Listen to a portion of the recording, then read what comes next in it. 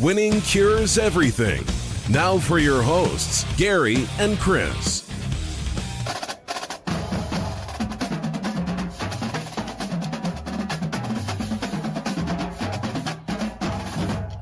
Welcome in, Winning Cures Everything. It is the Wednesday, October 13th show.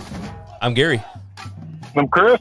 And of course, Chris rocking the phone, just so everybody knows it is a weekday show, and that means that Chris cannot be on video, but that's okay. We got his smiling mug right there on the screen for all of you to be able to see.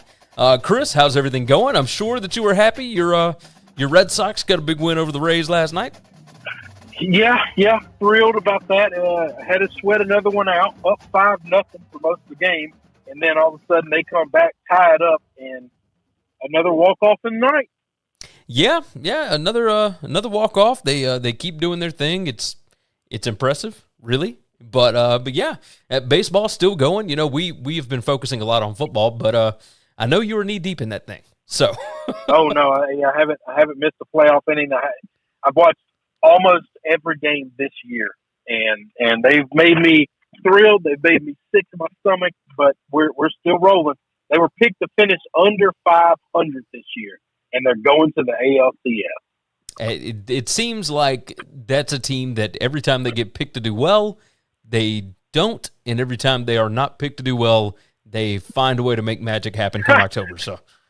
Now, obviously, they've won championships. This other team hasn't, but doesn't that sound a lot like Oklahoma State? Yes, very much so. Very much so. Every time we think the Cowboys will win 9 games, be damned if they barely get to a bowl. And when we think they're going to finish under 500, that's the year they win 9, maybe 10. Now, you got that right. Yeah, and yet another one this season. I mean, they just rolling right along, undefeated. Nobody's paying them any attention. That's the way it goes. No. So, and they finally got their guys back healthy and whatnot. So, before we dive into today's topics, let's go ahead and give them the rundown. WinningCuresEverything.com is the website. Go ahead and check it out. The contest is up there right now. We did have a winner last week, and I have already forgotten his name. John was his name, I believe. So, John won the contest last week. He won an Amazon gift card, so you can go enter this week. Win the same thing. Go ahead and knock that thing out. Make sure and take care of it. It's at winningcureseverything.com. Go to the contest page. You can also see all of our picks on a nice little tidy spreadsheet. See what we have done for the entire season. We don't have Chris's SBR picks. We don't have my BetUS picks before the games. But the games that we pick on the show, we got right there tabulated in order, what the records are, all that good stuff. We don't hide from that kind of shit around here. We are transparent as possible so that you can keep track of what we are doing in case you want to follow along. So, along with that, the show is brought to you by BetUS, where the game begins. You can sign up using the promo code NCAAF2021. You get a 125% deposit bonus up to $2,500. I mean, that is just ridiculous, and it is sportsbook exclusive. I can't stress it enough. Make sure and go sign up. There is a link in the description for the podcast and the YouTube video. So go ahead and check that thing out. Make sure you take advantage of that situation while it is still around. And of course, Chris hosts the SBR College Football Show. I host the BetUS College Football Show. We got links in the description to both of those. Topic number 1, the Las Vegas Raiders are looking for a new head coach. Jon Gruden is out as the head coach. He resigned on Monday Night Football. And, of course, this show is coming out on Wednesday morning, but it is still a relevant topic. One, because who in the world is going to take over? We've already figured out who the interim is. I'm talking about going forward as far as the future goes. But second, this is just a troubling idea in and of itself. Right. Chris, let me go ahead and get your thoughts on this, and then I'll jump in with a few more things here. Yeah, man. I mean, it's a little bit wild and super unexpected to kind of hear the news. I'm not one of these people that's like, wrapped up in delicate clothing, and I know people talk like this. I know people who talk like this. Like this is something that I'm around. I don't say that proudly, but it's just it's the world in which we live in, and so none of this surprises me or offends me by any stretch. It's not nice to hear, and it's not appropriate things to say. And you damn sure shouldn't be putting this stuff in company emails. I find the part that people. So this is what bothers me. So normally I would have a different kind of feeling about this, but let me tell you what I don't like. Well, I'm okay why he got taken down for this, and this is going to sound. See, this is probably going to get me in trouble by saying it, but I'm the guy that wishes nobody would send anything in company emails that's not company pertinent information. Okay? No, there's nothing. Up my email. Yeah, I agree with you. I agree with you bitching and complaining and all this other stuff. Okay, let's use work email for work email things. Now that doesn't give the guy a pass. It doesn't mean it would have been okay if he sent it from another email or a text or whatever else. But I'm just saying these guys are morons, and they're the bane of my existence because these are the type of people that are clogging up my damn inbox with 35 emails that none of them are work related, but I have to spend time and energy sifting through them. It is so let's give everybody kind of the backstory on how this even began. This is from the Washington football team data audit, I guess. They're going through all of Daniel Snyder's stuff. It's like 650,000 emails that were unearthed in the investigation, and it was stuff that Gruden sent to former Washington executive Bruce Allen. And there are, 650,000 emails. It was not just Gruden.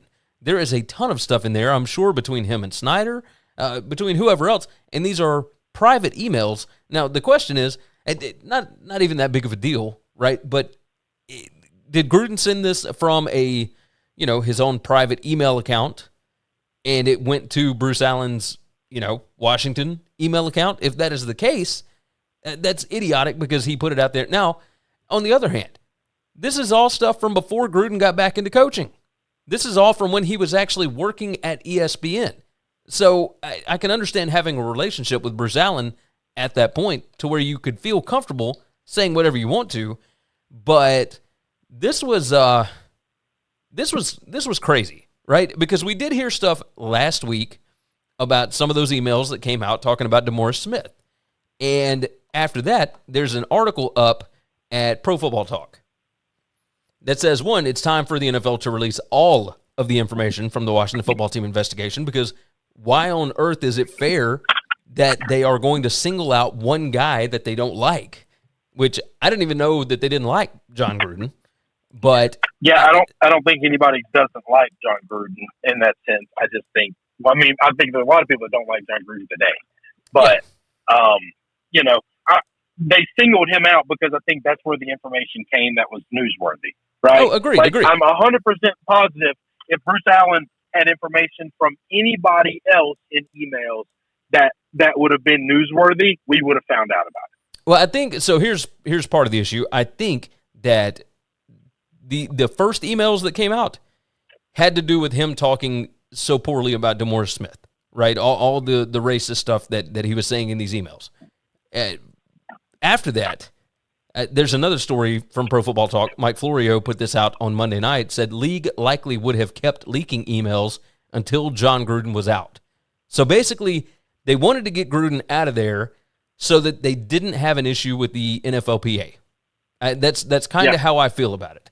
And it just continued on and on. They said it was homophobic, transphobic, sexist, and racist emails. And it was basically that the leaks were going to continue until he resigned or he was fired. And he finally just said, okay, I'm out, because they couldn't suspend him. None of them were sent when he fell under the NFL's jurisdiction. Even if he did, there's no specific provision for the personal conduct policy that, it's a private communication. It's a private conversation that should have never been under their jurisdiction to begin with, but these emails would have kept coming. So now I'm curious, all right, who is the next guy? Because I don't know if the NFL leaked the first emails, but I have a strong suspicion that they leaked the latest ones that came out, right? And it's terrifying to think about. Emails that you sent 10 years ago could cost you your job somewhere completely different today.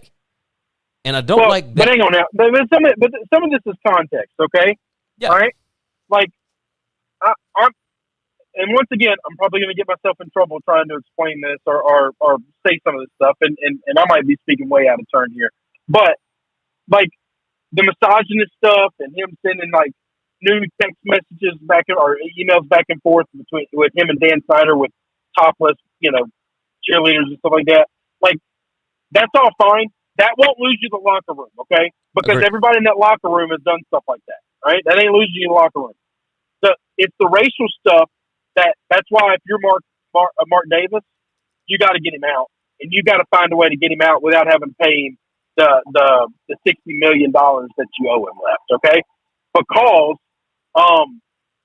you can't. It didn't matter if that happened 10 years ago or not.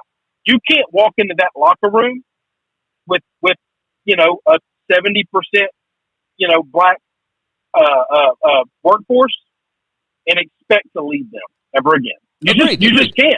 And I know it happened in a private conversation that nobody else should have gotten, but now all those players know what you said, and now they think they know what you think about them, and now you have to be gone.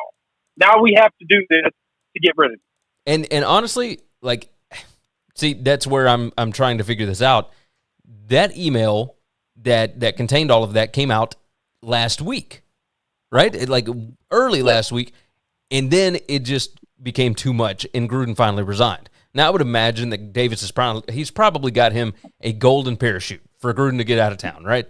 He did not just walk away from all that money without a fight, without getting something in return. So Davis is probably agreed to something. I don't know that he did or not. Well, but Davis didn't. Me. Like, he didn't fire. He didn't fire him, and he wasn't resigned, or he didn't resign after the first emails came out. So it was just this overlapping, like, just a ton of stuff that piled on. Well, I mean, he didn't resign after the first email because the first email didn't come out until late last week, like real late last week, and they had a football game to play, and you just got to see kind of how this stuff shakes out, and then the weekend goes through, and that's when you feel how it all shakes out, and then Monday you realize, okay, there's no getting out of this. I need to just leave. All right, so this is going to ruin my life if I try and stop it, and if I try just to stay for money. Yeah, so basically, like, I've already made $30 million off of this contract. 40 if he counts this year. I doubt he gets the entire $10 million for this year, but I would imagine he gets something. So let's just say 35. Let's say he makes $35 million from this contract that was supposed to pay him $100 million. That's a pretty good living if you can make it. That's not bad. Not including the tons of millions of dollars that he got from ESPN, which was obscene because that he was the highest paid person at ESPN for a long time. Yep. And on top of that, of course, all the money that he made with the Bucs, all the money that he made with the Raiders beforehand, like he is well off. He ain't got no problems. He is going to go retire and sit on the beach. I had somebody, actually a listener from our show, hit me up last night and say, I guess on Monday night, and said, hey, do you think he ends up coaching again, or is this it? There is no way that he gets brought back into the NFL. Like, possibly into college, but I don't think he can go into any locker room. Because how do you recruit? Yeah, how do you recruit? How do you walk into mama's house? Why do you walk into dad's house and look them in the eye?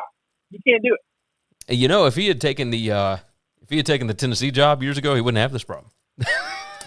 Well, that's not necessarily true because the emails still came out, and now Tennessee would be dealing with it.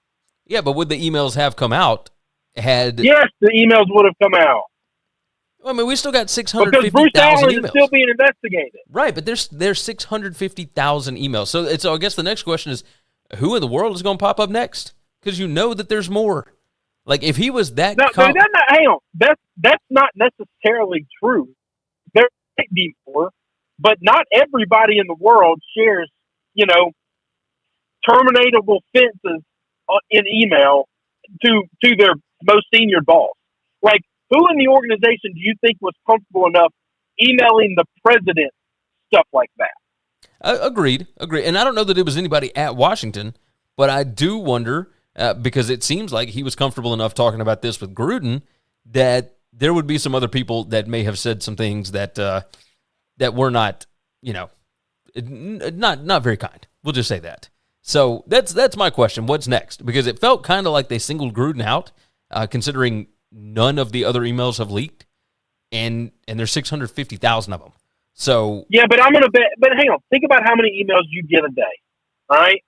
And how many of them have juicy information that actually matters? Because I'm going to bet 99.9% of Bruce Allen, a shitty individual, okay? 99.9% of his emails are all boring and stupid, and they're just work-related bullshit. That's all they are. Yeah. I mean, at the same time, so we the are fact talking that about Gruden might be the only one, that doesn't surprise me. Well, but remember, these are emails from, some 10 years ago, before anybody even really started doing a bunch of text messaging and all that, where they felt like they could email and it not get out, right? So No. Don't act like text messages wasn't around 10 years ago, Gary. No, it was. I'm now. just saying people were more comfortable with emails back then than I feel like they are now. There's a lot more ways to communicate these days than there was, back 10 years ago. I'm gonna bet there aren't. Not that there's nobody, but I would take the under if you set any number of names that's not a ridiculously low number, because I want to take the under on other names dropping. They didn't single Gruden out. I think they found when you hear somebody, when you read an email of a white guy that's prominent in your league, in your sport, using racial jokes the way he was, that's going to bring a red flag. Anybody else is making those kind of off-color jokes in the emails, they're going to get flagged too. They didn't single anybody out. Yeah, no. I'm not saying that it was all like a bunch of people sending him racial stuff. I'm saying there is more stuff in there. I feel like there's got to be something from Dan Snyder in there. I feel like there's more that's going to come from this. So, and just to specify, I 100% agree that, yes, he should have been let go. It is a terrifying proposition that stuff from 10 years ago that you may not even remember can cost you your job today, but it absolutely should and will. It's terrifying, it's scary, but this is the modern world that we are living in, where everything has a record, my friend. Everything. So that's right. So with that said, everybody, be careful what you're sending if you're sending something stupid. So let's just say that. Please don't say hateful ass shit. I mean, I say it all the time on this show, but I stand by most of the things that I say. I stand by all the things that I say. Well, yeah, but you also don't say anything like that. I mean, I don't criticize somebody for their race or their appearance. I criticize them for the jobs that they do. Yeah, you are 100% correct. Next topic on the board, Ross Dellinger. Conference USA reaches out to AAC to consider reorganizing the leagues into two new conferences split on geographic lines. Have you seen this story? Yeah, I saw it. The Conference USA Commissioner, Judy McLeod, is leading a proposal that's kind of deemed a long shot here.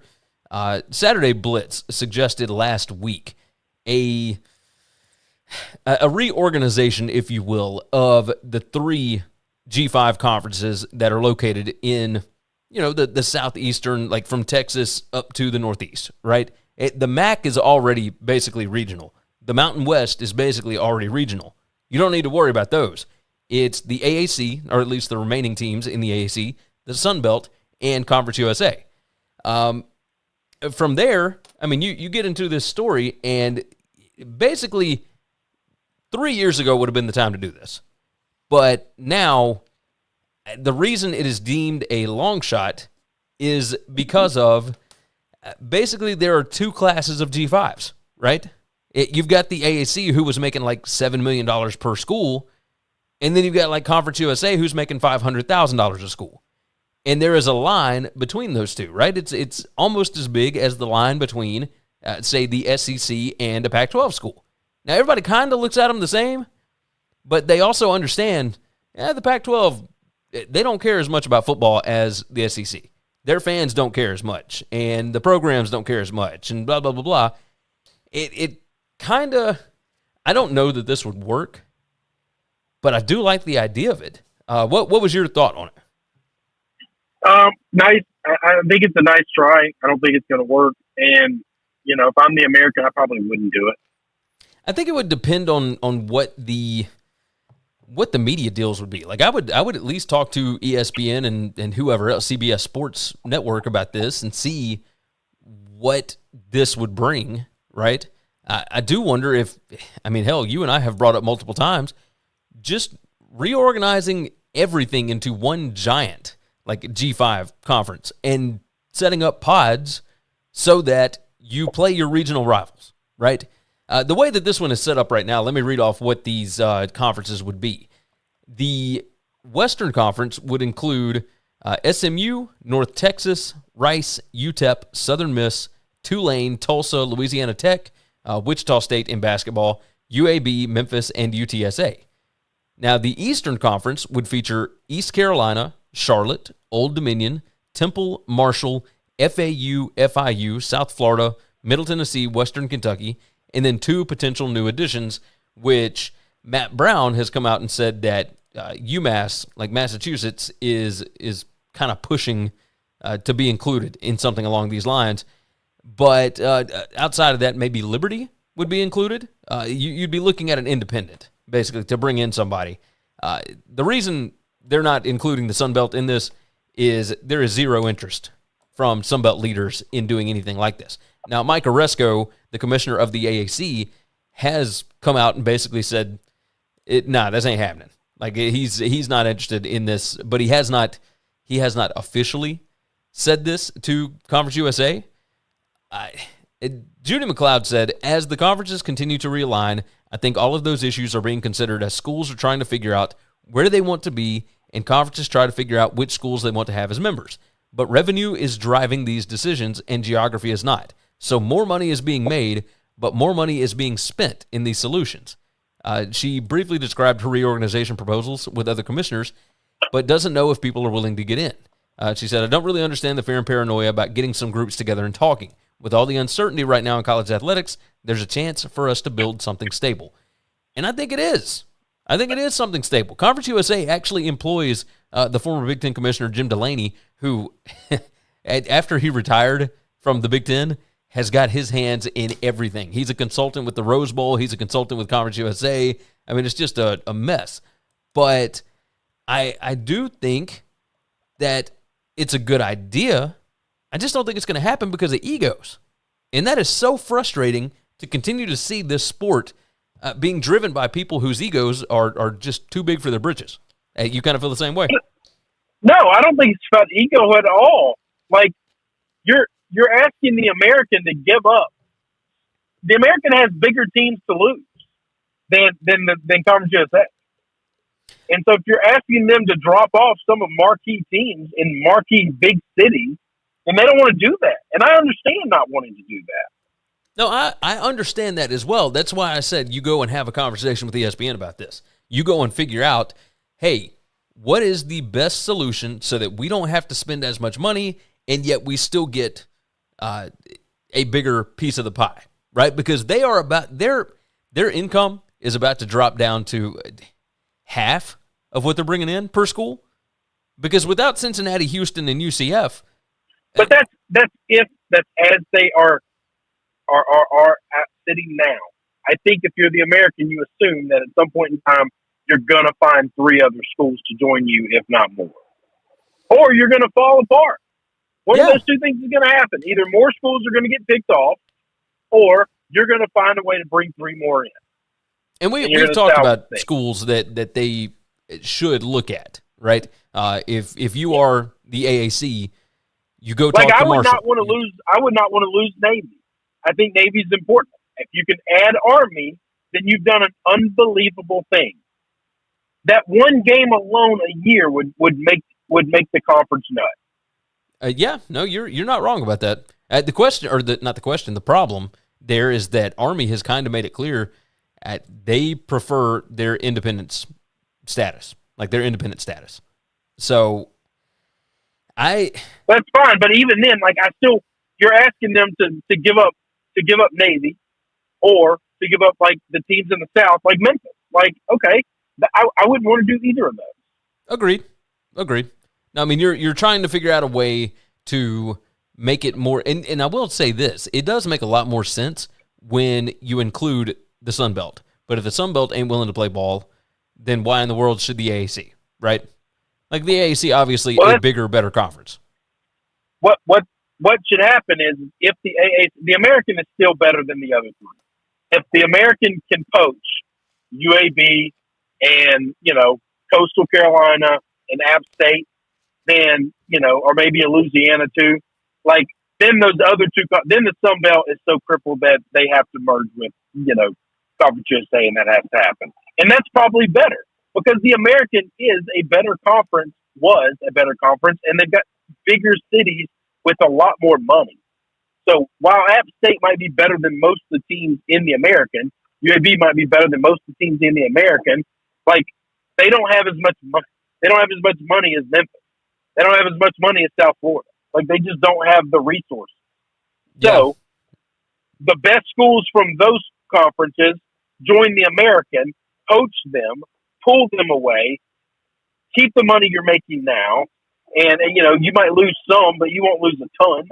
And then you can go forward, and those other two conferences can try to merge and do whatever they're wanting to do. Yeah, there's still so many different ways that this thing can go. It's so. But I don't think that's ego driving it. It's I only have 8 schools left if you're the American, or 6 schools left if you're the American, right? Yeah. But my 6 schools are better than your 12. So why would I merge with you? Why would we put our two hands together? Yeah, if I've only got 8 and you've got 14, and my 8 are still better than your 14, why would I split them up? Like, why would I do that? Why would I do this? This doesn't make sense. So it's not an ego thing. It's you got to make it make sense for me. So yes, it makes sense for you because your non-revenue sports can't afford to do this. Well, we aren't having a problem with our non-revenue sports right now.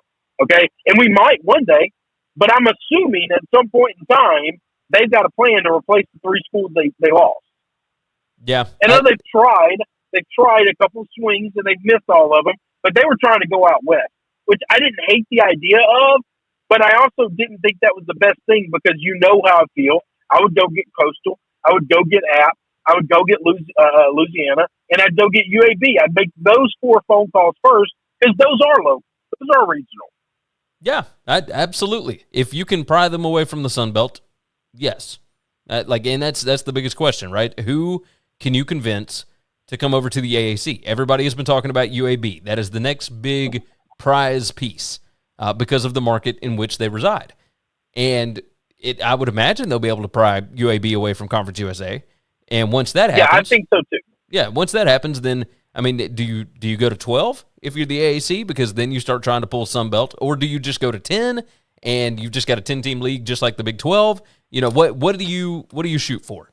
And you try and figure out where the value is. So, props to CUSA for, giving it a shot.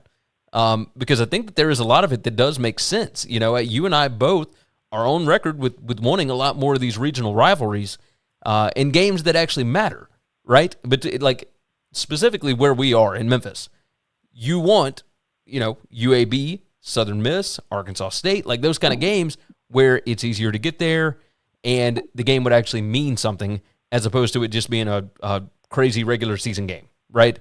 You want it to actually mean something. But, as far as money goes, yeah, until it can make sense financially, you're right. There's no reason to do it.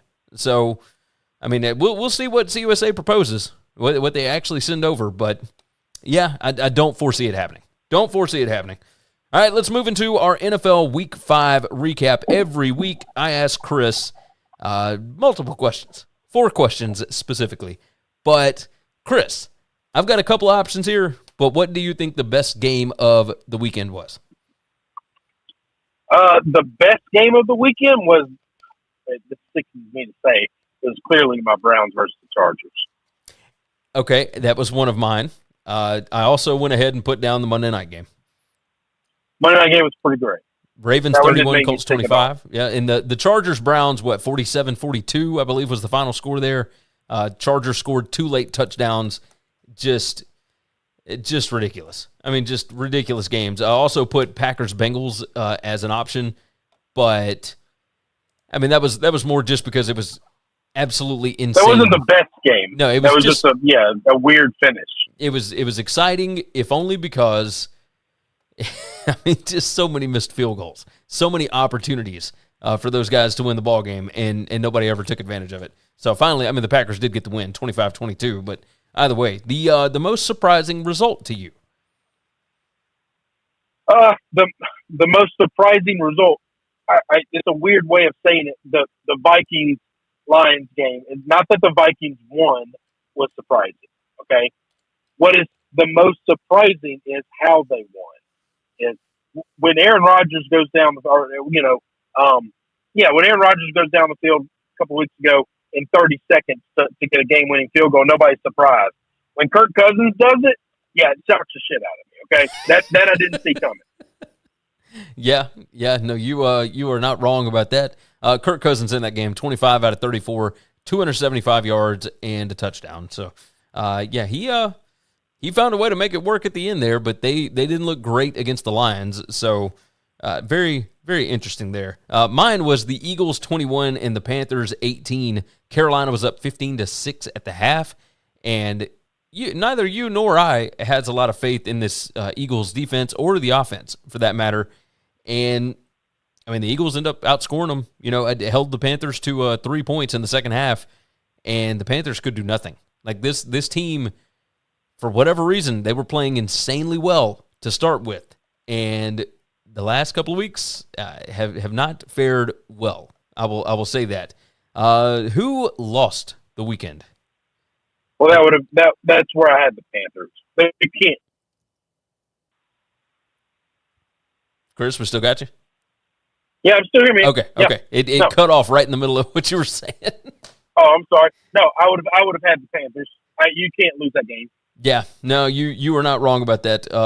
I put the Raiders by far. The Gruden stuff, obviously, but the Bears have looked completely hapless over, the beginning of this season. And to get beat 20-9 in that game, obviously they were dealing with a lot of stuff there. But yeah, it was time to get Gruden out. It was time. And so, because it looked like, just in that game alone, it looked like he had lost the team. So Panthers and Raiders lost the weekend. I've got a couple of options for who won the weekend. I want to see if we agree here. Who do you have as winning Week 5 of the NFL?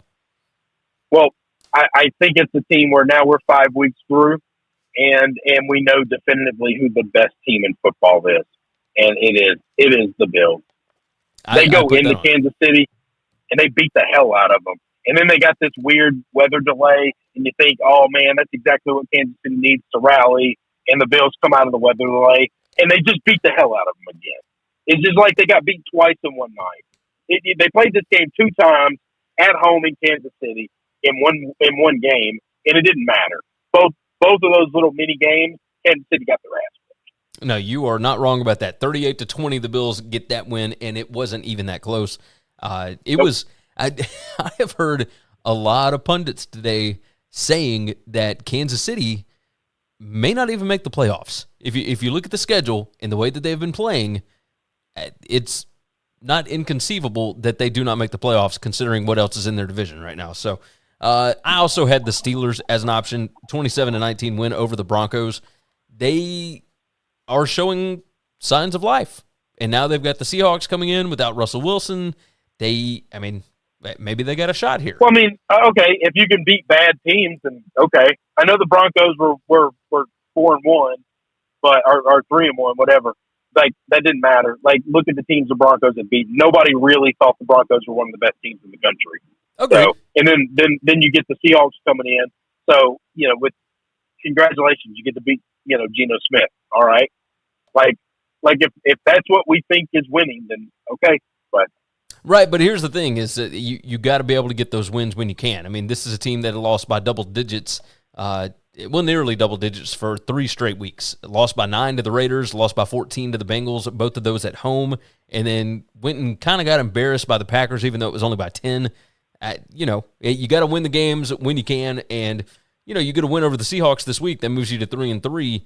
It's not as bad as we assumed it likely could be, and I still have no idea how this team beat the Bills in Week 1. It makes 0 sense going back and watching that game. It's like 2 completely different teams. Just makes no sense, man. So let's move into our Week 6 NFL games of the week. And my brother, our records thus far, I went 6-3-1 last week. You went 4-5-1 so far on the season. I am 27-16 against the spread, which if I had actually bet every single one of these games, I would be doing really, really well right now. You are sitting at 21-22-1. So 6 games behind me. Sorry, I am 27-16-1. Excuse me. So there we go. All right, so let's go ahead and dive into the first one here. And our first one is the Thursday night game. Tom Brady going to Philadelphia. The Bucs at the Eagles. Eagles are a 7-point underdog at home, total of 51.5. All of these odds are provided by BetUS, where the game begins. Of course, check the link in the description for the promo code and make sure that you get signed up there. But Brady and Philly, of course, everybody remembers the Philly special in the Super Bowl, all that crazy stuff. Brady is going to be playing through a thumb injury. The safety, Antoine Winfield, looks like he could be back so long as he passes a concussion protocol. He's been out for a little bit. This is an interesting game to me. I don't feel like it should be close. As a matter of fact, a lot of the analytical numbers would have Tampa Bay winning this by double digits, but it is short week on the road, so the line is only 7. You got a thought on this one? Yeah, I think this is one of those where Bucs win. This defense for the Buccaneers is one of the best in the country. They are pretty good at getting after you, and I think Jalen and them are going to struggle to find the end zone against this defense. And Tom and them, I just have faith he's going to find ways to put up points, hurt or not. He's just going to play through it, and he's going to be okay. And he's not going to just be okay. He's going to be great, by the way. Tom Brady, number 1 quarterback in football right now. Yeah. And I know that Josh Allen's getting a lot of love. Josh Allen's been amazing. Numbers to numbers. Tom Brady, best quarterback in football. Yeah, no, you're not wrong there. As far as the DVOA goes, I mean, we're talking about Tampa Bay number 4, Philly number 16, which is kind of high for Philly, but they have definitely shown signs of life. They have made vast improvements thus far, and their game plans have been pretty good. Philly's offense is number 19 in DVOA. Tampa Bay has all of the tools. They have all the pieces, but that secondary has been blessed. So bringing Winfield back would be a welcome addition. Tampa Bay's defense number 17 in DVOA, so right middle of the pack. But on the other side of the ball, Philly's defense number 11 in DVOA. Tampa Bay is number 2. The best offense right now, at least according to the analytics, is still Kansas City, but Kansas City has got the worst defense. I mean, just god awful. So with that said, yeah, I'm with you. I'm riding Bucs -7. This feels like it should be double digits, and maybe the Thursday, the short week home underdog gets us.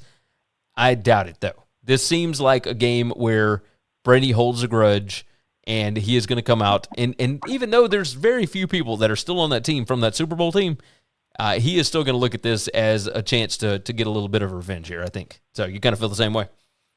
Oh, yeah. All right, so with that said, we're moving to Sunday morning, and we have another London game. We have got 9:30 a.m. Eastern Time, the Dolphins at the Jaguars, and I got to tell you, we would not be talking about this game if it were not for the fact that it is in a standalone window on Sunday morning. Jags are a 3.5-point underdog here, total of 47. Miami won this game 31-13 last year. This is a 1-4 team with the Dolphins, 2-3 against the spread against an 0-5 Jaguars team that is 1-4 against the spread. And there are so many reports out that Urban Meyer has just lost this team. They do not want to play for this guy. He legit might be a one and done. I honestly thought he would get at least 2 years, and I don't know that you can give him the whole season here because these guys don't want to play for Urban Meyer. And Miami at least has some sense of stability with their team. It's not that they're a good team right now, especially, I mean, if you look at DVOA, total DVOA, Miami's number 30 in the league as far as efficiency goes, and Jacksonville number 31. I feel like Miami is just the more stable team. I know what I'm going to get out of them. And that's why I'm going to roll with them. Like I hate the hook here, but I don't think I care. I think Miami needs a win in a bad way, and they are still a better football team than the Jaguars. So give me the Dolphins -3.5 here. Yeah, at some point in time, the Jaguars are going to get a win, and nobody's going to expect it or see it, and it's going to be in spite of Urban. And it could be a trip to London, with the team to kind of help, bury some hatchets, throw yourself in front of the team and just say, guys, what do I got to do to get it back? Like, what do I got to? Because I know it wasn't the girl dancing on my crotch that lost it for me. Okay, like everybody in the world knows that that's not why he lost the team. It's something he is doing that's caused him to lose the team, and maybe he can build a relationship with some of the leaders on that team over this trip to kind of figure out how to get it back. But I don't know that happens this week, and we'll see.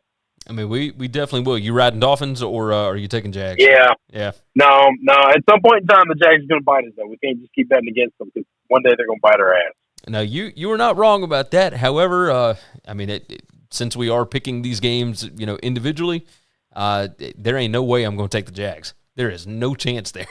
So, moving into the Sunday noon slate, and we have got the Packers going to the Bears. The Bears are a 4.5-point dog here. Total of 45. Packers 9-1 straight up in their last 10 against the Bears. They are 7-3 against the spread in that span.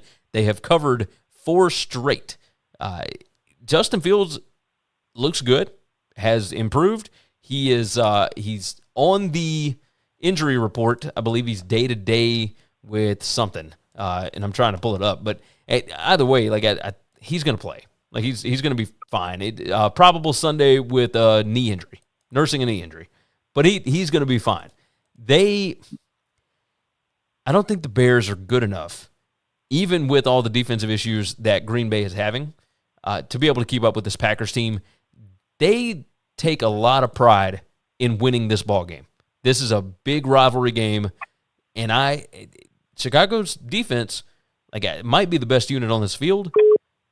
But when you are trying to go against this Packers offense, it's a whole different beast than what they have been going against.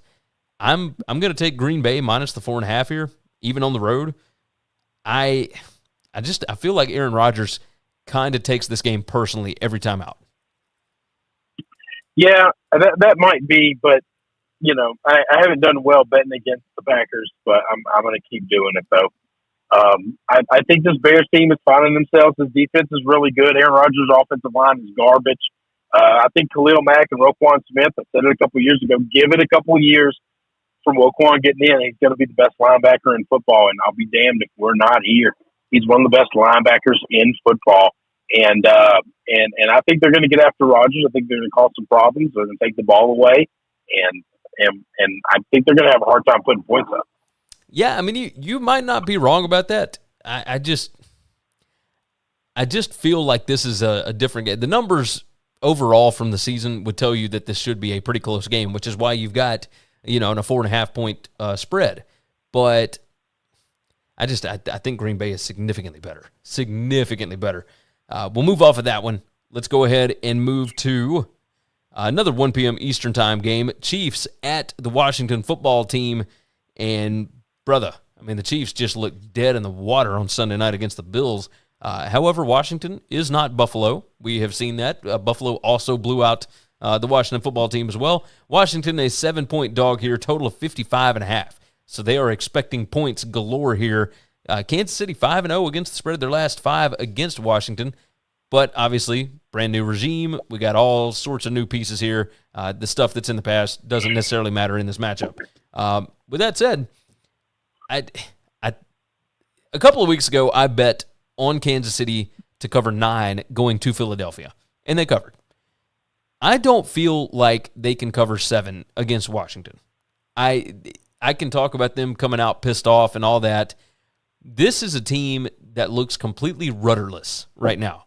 They have no direction. They don't know what to do to fix the defensive side of the ball. And Washington, I think, has the pieces to be able to score on them. And I think, we are going to get points.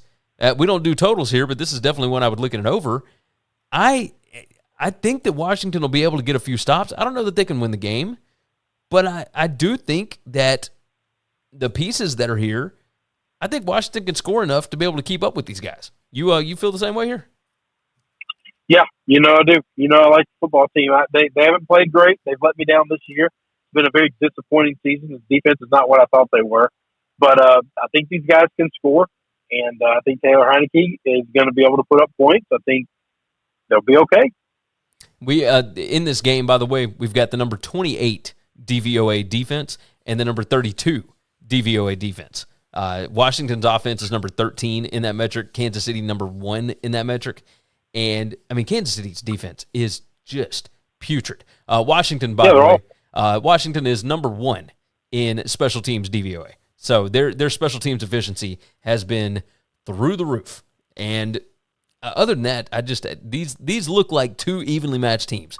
Defenses that aren't going to be able to stop the other team, and offenses that will be able to score. So I expect this to be relatively close.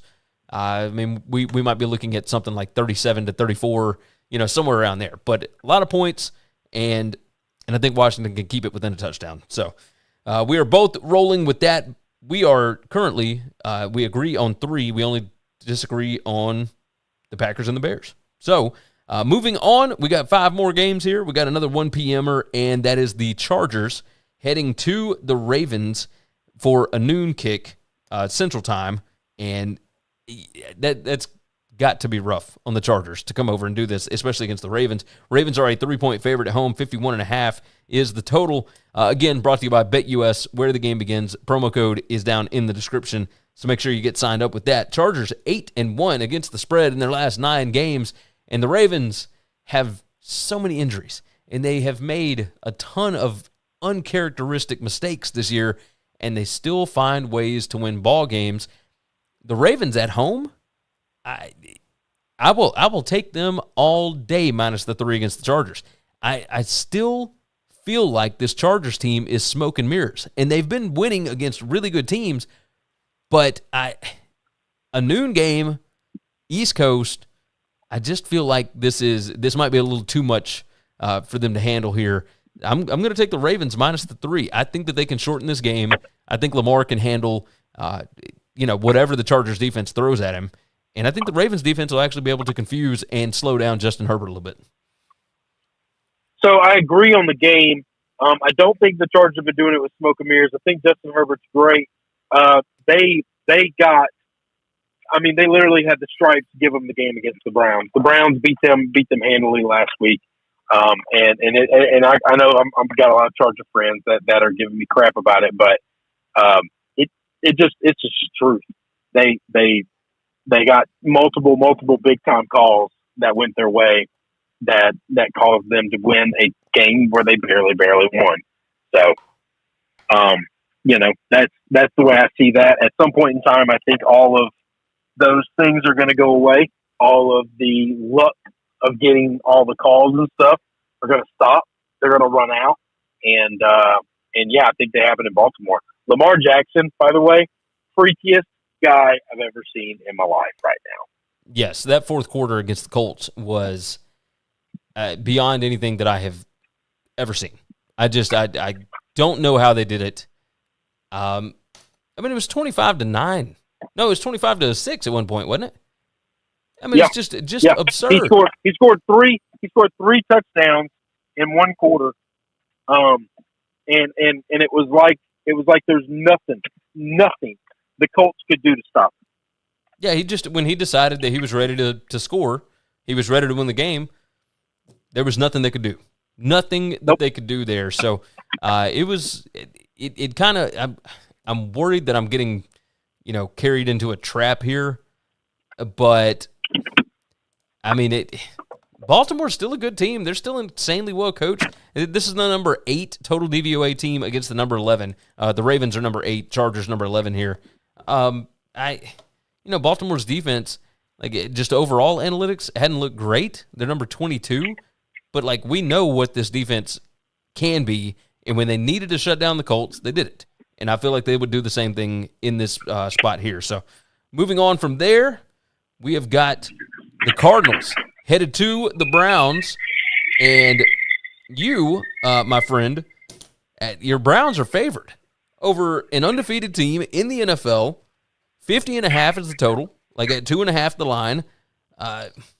The Browns are going to need to clean up their red zone problems. They're number 23 red zone offense in the country, number 26 red zone defense. So that's going to be the biggest issue.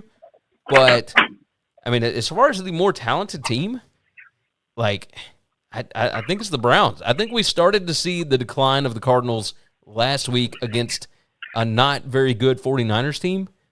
And now you got to go on the road to Cleveland. Give me the Browns. Give me the Browns all day here. Yeah, I'm with you. I think the Browns are the better team. I think the Browns are going to win this game. I think they're going to – the Cardinals are at some point in time, all this stuff is going to stop going their way.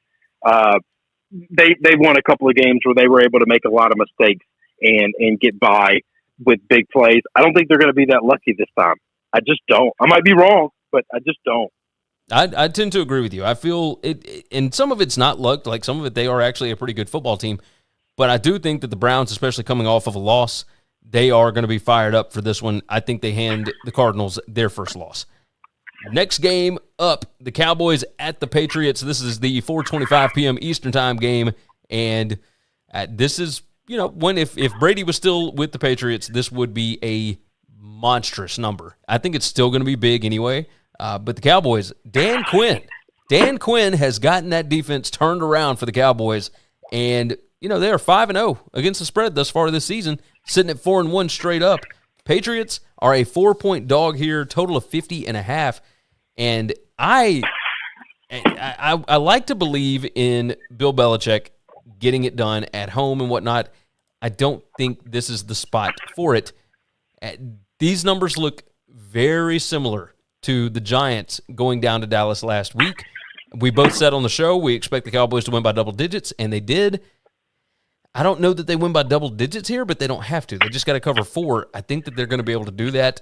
Dallas, the number 2 DVOA team, total DVOA in the league. New England, number 20. Dallas's offense is number 4. Their defense is number 6. New England's offense is number 24. The New England defense is number 9. Dallas is better at every facet of the game than New England, including special teams, including everything else. So far through the season, I think I'm going to have to roll with the Cowboys until they give me a reason not to. This is a really well-coached team right now that appears to be clicking on all cylinders. It shocks me to say this, but that's where we're at, Gary. I mean, it's just where we're at. It's not just what the Cowboys are doing, which is amazing, and they should get all the credit in the world for it. It's also what the Patriots are doing, all right? They're just not very good right now. I think we've reached a point where, they don't have – Bill Belichick has let that roster get to a place where they just don't have a lot of talent, okay? I think he's mismanaged and misappropriated the roster pretty well, I guess pretty badly, to be able to hang with anybody in the NFL right now. I mean, they're just not better talented-wise than anyone at all. Mystique and magic isn't going to win it for you. Yeah. No, it's bad. And without James White, you got major problems, which, they lost him a couple weeks ago. But now you got Harris dealing with the rib injury. I think he'll be fine. But, you just got all kind of injury. And Bill always does that. He tosses a bunch of guys on the injury report. But they got a bunch of them right now, and the Cowboys are clicking. I mean, they are absolutely clicking right now. So are you going to take the Pats just based on loyalty, or are you riding Cowboys -4 here? No, man. I mean, the Cowboys are – I love the Patriots, but, I'm not going to bet against them by any means. But that's the play. You got to take the Cowboys. Okay. All right. I will do it here. Let's see. Sunday Night Football. My brother. Sunday Night Football, we got the Seahawks at the Steelers, and, boy, you want to talk about an awful, awful setup here. This is, about as bad as it gets. You got Geno Smith going up against old man Roethlisberger. Steelers are a 5-point favorite. I would expect that to maybe get out to like 6 or 7. Total of 42.5. Not a lot of points expected. Seattle is 5-1 straight up, their last 6 on the road. But that was all with Russell Wilson. I don't know what to expect from Geno Smith in this spot. Like, the fact that he is still on the roster is kind of surprising. But I don't see how the Seahawks score here. The only way they'd be able to is if they were able to create turnovers, and I don't think that they can do that. So I I'm going to go. Ooh, careful about that part. Okay. And let me tell you why. I think I saw a stat. Ben Roethlisberger threw 11 interceptable passes last week. 11. Now, they obviously didn't get picked off. But in the stat of interceptable passes, in one game, he was over double digits. So, just because the Seahawks don't have a great defense doesn't mean he can't turn the ball over. True. He is still throwing the ball to the other team all of the time. Now, let me tell you what's weird about this game, okay? Like, you know how I get on these networks for whoring themselves out for ratings? This is all this is. See, NBC had the chance to flex out of this game. Chose not to. Should have, 100%, and this is not a bias at all, this is the truth, should have went to Cleveland, okay?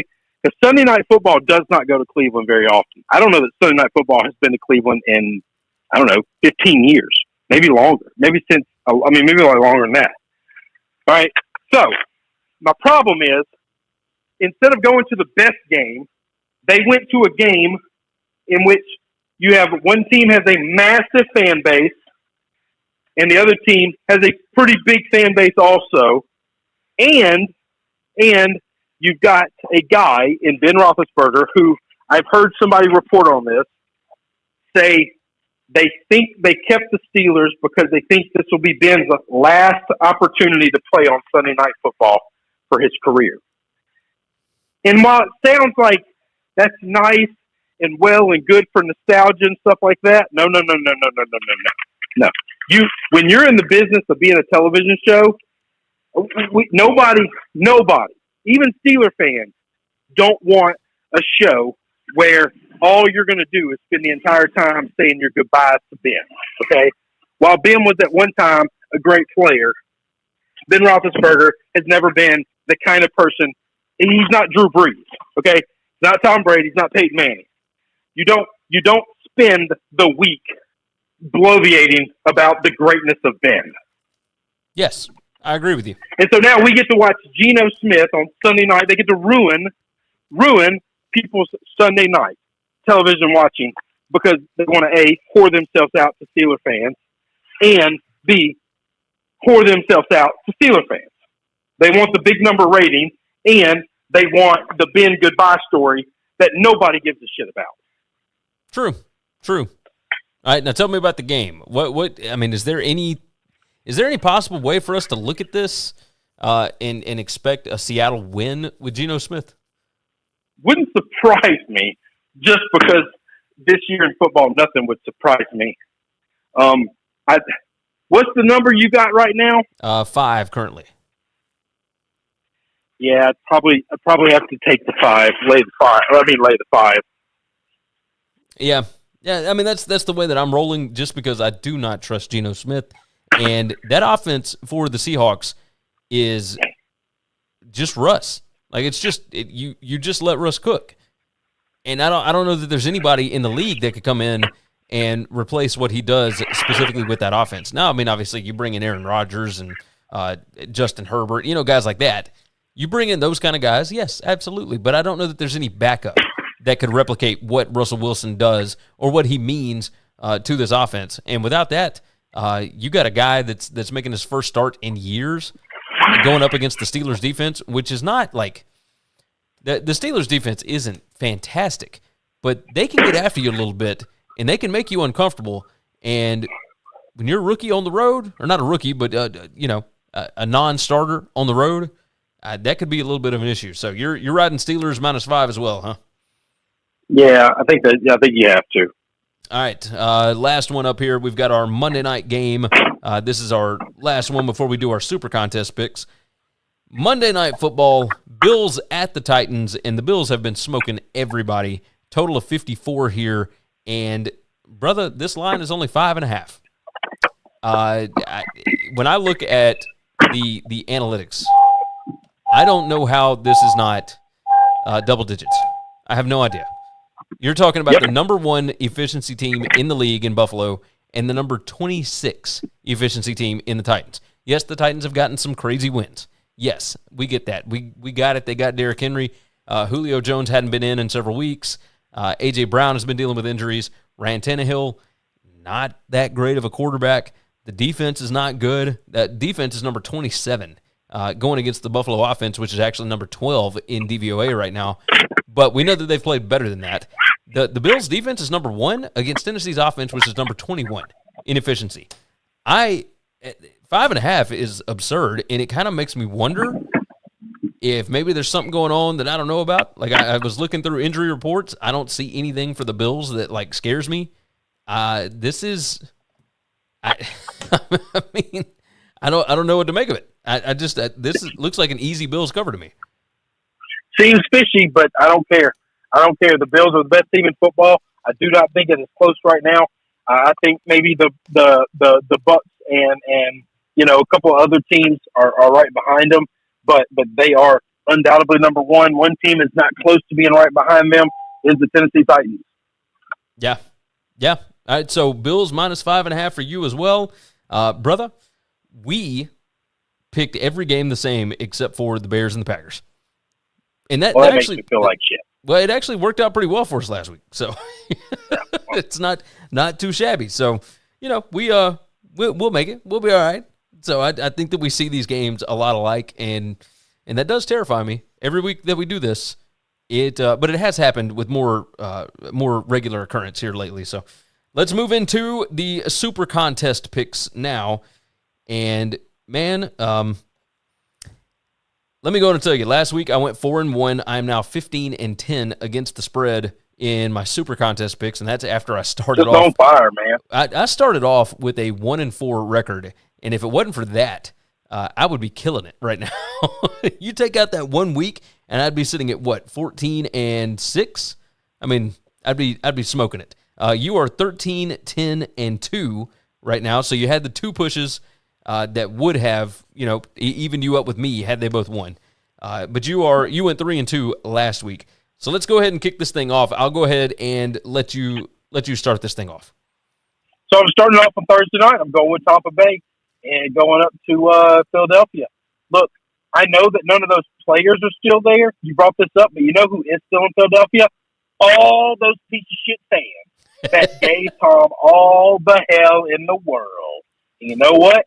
He's coming to exact some revenge, and he's going to do it against a mediocre football team. His football team is great, and they are going to kick their ass. 7 points ain't even close. This is going to be double digits easy. I like that one. I am going to ride for my first pick, Vikings +1 at the Panthers. I think that the Vikings are a better team than what they've been showing here lately, and I think the Panthers are on the decline. Divisional games with the Vikings and the Lions always kind of difficult. It was just divisional games for the Vikings, period, are always kind of difficult. I think Vikings going on the road here, I really like them to get this win, and I'm actually catching points here. So give me the Vikings +1 at the Panthers. I think their defense is going to show up in a big way and not let the Panthers do anything here. Game number 2. All right, my next pickup. Yep. Yeah, game number 2 for me. I'm going with Chargers +3. I'm sorry, -3 at the Ravens. Ravens Chargers game is the game I'm picking. I'm picking the Ravens -3. Damn it, Jesus, I'll get it out eventually. There, I'm done. I don't need any logic. We talked about the game. I'm done talking. I've got the same thing. I've got the Ravens covering here. The noon kick I think is going to be tough. I just think that the Chargers have been through a gauntlet. But also, I just think this Ravens team is a better overall football team. And Lamar, when he gets ready, like he sees a challenge here with Justin Herbert coming in, I think he's going to play well. I expect this to be more than 3. As a matter of fact, my number has actually got this around 5. They couldn't stop the run against the Browns. Of course, the Browns are the best running team in football. Second best running team in football, Baltimore Ravens. So, and they won't get those calls on the road. So, oh no, they're damn sure not getting those calls on the road. They might not get those calls ever again the rest of their life because they were bad. They're real bad. Game number 3 for you. Game number 3 for me. I'm going to go with the Detroit Lions +3.5 against my Bengals. Okay, and I love the Bengals. At some point in time, this Lions team, I watched their coach. The more I watch Dan Campbell, the more I like him. So many people made fun of him for the kneecaps and all stuff when he first got there. Listen, This guy's a football guy. Okay, he's not like the most eloquent speaker in the world. This is not Morgan Freeman coaching your football team. This is a football dude. Okay, so he doesn't use the words you like all the time, and he doesn't say things in an eloquent way. But he's super emotional. He loves his team. I think his team loves him. They don't have a lot of talent, but they've been fighting like hell in all of these games. Nobody is beating them up bad. I only took this because I got the hook, and because I don't know that the Bengals field goal kickers can make a kick. This is true. And also, I mean, so Joe Burrow looks like he's going to play, but a throat. I think he's going to play. I don't know what a throat contusion is, but it doesn't sound good. No, it doesn't. I look at that, and I mean, so I'm Googling throat contusion. Very rare injury diagnosis, more common following car accidents and boxing matches. Well, he was in a car accident. That's exactly what he was in. Yeah, and so it makes sense, but a throat contusion just sounds weird, and I can't. I mean, you Google throat contusion right now, the only stuff up there is news reports about Joe Burrow. Like that's it. Yeah, because he's the only person alive that Google knows has ever had a throat contusion. All right, so you're taking the Lions plus 3.5. I am. Game 3 for me, I'm going to take the Bills minus 5.5 at the Titans on Monday night. Yes, the line looks too good to be true, but this feels like it should be double digits, and I'm going to keep riding the Bills until they give me a reason not to. This team is on fire right now. There's no reason. I mean, their defense, like everybody talks about Josh Allen in the offense and whatnot. Their defense against Ryan Tannehill is going to feast. I mean, I'm looking at turnovers. I'm looking at all kind of stuff. Yes, you might have some issues stopping Derrick Henry. Maybe. But I don't think so. I don't think so. Tennessee's a one-trick pony. Like, the Bills will be able to stop that. They've got a good enough defensive line, and their secondary, whenever Tannehill does put the ball up, I think they are going to get at least a couple of takeaways here. So give me the Bills minus 5.5 on Monday night. Yep, that's my fourth pick as well. Bills minus 5.5 on Monday against the Titans. All right, game number 4 for me. I'm rolling Packers minus 4.5 at the Bears, and it's everything that I said earlier. Aaron Rodgers seems to take this game personally for whatever reason. I think that they just have a way better overall team. If you take out the numbers from the first game against the Saints, this Packers team is a top 10 team in the league, and probably even better than that. This offense has been really good lately, and even though this is on the road, I still don't like Matt Nagy. I don't like him, so I'm going to roll with the Packers minus the 4.5. What's game 5 for you? Game 5 for me is where Sunday Night Football should have gone. My Cleveland Browns got the undefeated Arizona Cardinals coming in, just swinging the big dick, thinking they are unbelievable, and they are about to get slapped down by a bunch of mean, nasty dudes in Cleveland. I like it. Game 5. Got a bunch of pretty boys coming to Cleveland. You got a bunch of roughnecks going to whoop their ass. I like it. I am going to ride with the Broncos minus 3.5 against the Raiders. It might come back to bite me. They might come out and play for the new interim coach, but I've forgotten his name, Robert something. But the Raiders just look like a team that has, especially on Sunday against the Bears. And know the Broncos. So I've got an opinion about this. Okay, go I think that's a little scary. I almost took the Raiders today. Here's the reason why. I want to know, how good is Derek Carr without Jon Gruden breathing down his neck? Agreed. Because remember, there were years where Derek Carr was in MVP conversation, okay? And he has played well at times. And I just wonder how much of his pressure and struggles have been over the past couple of years with Gruden there. Gruden's open dislike and disapproval of him. Yeah, maybe. I mean, maybe he comes out and plays lights out. Maybe. But I tend to believe with that much chaos, it's going to look more like Jacksonville than it will a team that's just glad to be, rid of their coach. Because there were times that they actually played really well for Gruden. This was, expectations were being met. They looked like they could compete for the playoffs this season. And, on top of that, they got some guys out. we'll see. We'll see what happens. But I don't know. I'm really believing that the Broncos are going to show up, especially a divisional game at home. Raiders got to go on the road right after losing their coach. The guy's name, by the way, is Rich Bisaccia. And I'm hoping. Yeah, he's the special teams coach, right? Yeah, been his 20th season as an NFL special teams coach. That's who always gets these gigs, and that's probably the best choice for all these gigs, is because the special teams coach knows all the players, because they're pulling offensive players and defensive players. They're the only one that has a relationship with both sides of the ball, and also it doesn't take anybody away from the offense or the defense to run the whole team. Yeah, no, it makes perfect sense. Makes perfect sense. I do think that the Broncos are going to show up in this spot, though. I feel good about that. So those are ours. Let me go through the rundown right quick. Vikings +1, Ravens -3, Bills -5.5, Packers -4.5, Broncos -3.5 for me. And Chris is writing Bucs -7, Ravens -3, Lions +3.5, Bills -5.5, and the Browns -2.5. Both of us only taking one dog. That's a little frightening. A little bit frightening. Yeah, but it's rare for me. Yeah, it really is. It really is. But that's okay. That's okay. So you let's see. You ready to get out of here, and I'll close out the show. Yes, sir. Dig. See you guys. All right, we'll talk to you again for the Friday show, my brother. There we go. All right, that is going to wrap up Winning Cures Everything for this Wednesday. Hopefully, you have all had a wonderful, wonderful week thus far, and we're ready to get back into the NFL talk. I am pumped for this week. I think we got some really good matchups. Sunday night football notwithstanding, but it is going to be a lot of fun. Of course, Friday, make sure and come back for the college football show. We're going to have a lot of discussion about just everything that's going on with college football. We're going to talk about some of the undefeated teams. We've got several games lined up that won't be on the BetUS show or the SBR show. We're going to talk a lot of college football on Friday. And if anything else happens as far as this email leak and everything else, I'm sure we'll be hitting that as well. So with that said, go ahead and remind you, the show is brought to you by BetUS, where the game begins. Go ahead and hit that promo code, NCAAF 2021.